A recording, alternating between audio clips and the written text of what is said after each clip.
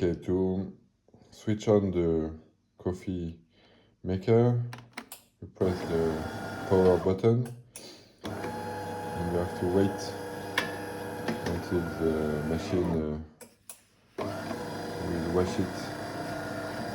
So you have to leave it this all the time to get the wasted water.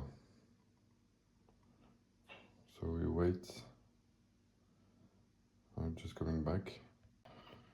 So the cleaning is done. To make the coffee, you have one small cups, two small cups, one large cups, and two large cups here. Just have to press to select the one you want. Here is to put the bean.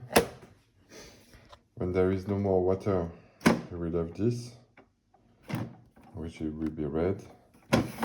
Then you have to take this out and fill up the water in this part. And when it's full of coffee, the bin is full, so you have to put in the trash. So you have to remove this and put the coffee out, and then if there is water, you have to move it like this.